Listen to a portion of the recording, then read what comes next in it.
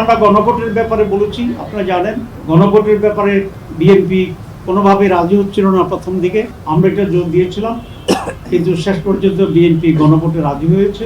আমরা বিএনপিকে ধন্যবাদ জানাই। এখন তারপরেও তারা একটা জটিলতা তৈরি করার চেষ্টা করছে, সেটা হচ্ছে গণভোট এবং জাতীয় নির্বাচন একদিনই হতে হবে। দুইটা একেবারে আলাদা জিনিস। একটা হচ্ছে জাতীয় নির্বাচনে জনপ্রতিনিধিরা নির্বাচিত হয়ে দেশে কারা সরকার চালাবে সেটা সিদ্ধান্ত, আর গণভোট হচ্ছে আমাদের কতগুলো রিফর্মস, সংস্কার, যেগুলো কিভাবে সরকার পরিচালনা হবে, কিভাবে নির্বাচন সুষ্ঠু হবে, কিভাবে প্রধানমন্ত্রীর ক্ষমতা থাকবে, এসব মৌলিক বিষয়।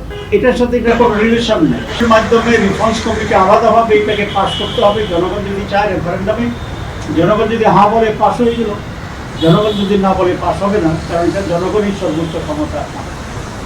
আর যদি জনগণ হা বলে তাহলে সেটার ভিত্তিতেই নির্বাচনের সাথে সম্পৃক্ততা আছে, যেমন আপার হাউস, আপার হাউস ইলেকশন হবে। কারণ যারা বলছেন একসাথে হবে, তাহলে আপার হাউস ইলেকশন কখন হবে? এটা যদি পাস হয়ে যায়, সেটা একটা জটিলতা। তারা বলছেন যে লোয়ার হাউসে যে ভোট হবে সেই ভোটকে আমরা গণে আপার হাউসের লোক বানাবো। তো আপার হাউসে তো ভোটে হলো না, আপনি এক ভোট দিয়ে আরেকটা স্টেজে আপনি কীভাবে করবেন? এটা আইনগত বৈধ নয়। কেউ যদি এটা চ্যালেঞ্জ করে, এটা বাতিল হয়ে যাবে। এটা হচ্ছে আপনার বাচ্চা হওয়ার আগেই নাম রেখে দেওয়ার অবস্থা, ছেলের নামে এত জানে নয়, ঠিক আছে? তো ততক্ষণ পর্যন্ত তো আপনার আপার হাউস হইলই না ভোট পর্যন্ত, তো আপনি কাকে ভোট দিতে পারবেন? সেই জন্য এগুলো একটা, আবার যেহেতু তারা গণভোট চায় নাই, জনগণের চাপে সেন্টিমেন্ট দেখে তারা রাজি হয়েছে, কিন্তু প্যাঁচ একটা লাগাই রাখছে। আবার আমরা বলে আসছি যে কোনো প্যাঁচ এখানে আমরা বুঝি না। সহজ সরলভাবে গণভোট আগে হইতে হবে, আলাদা বিষয়। এটা যদি হয় এর ভিত্তিতে নির্বাচন, এটা যদি না হয় এটা মাইনাস করে নির্বাচন, খুব সোজা জিনিস। এখন প্রশ্ন তুলেছে তারা যে সময় আছে, কিন্তু সময় আছে, আপনারা জানেন। বাছাইকৃত কাঁচামাল ও স্বয়ংক্রিয় ইউরোপিয়ান মেশিনে তৈরি হয় all time honeycomb, all time healthy life. দুইটা গণভোট হয়েছে বাংলাদেশে, তিনটা হয়েছে। এর মধ্যে একটা হয়েছে 21 দিনের ব্যবধানে, একটা হচ্ছে 7 দিনের ব্যবধানে।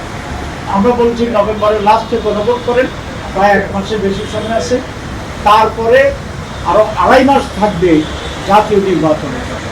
সুতরাং এখানে সময়ের কোনো সমস্যা না। প্রশ্ন তো হয়েছে অনেক খরচ হবে না, অনেক খরচ হবে না। কারণ আমরা যে বাক্স কিনবো, দুইটা নির্বাচনের জন্য কিনবো।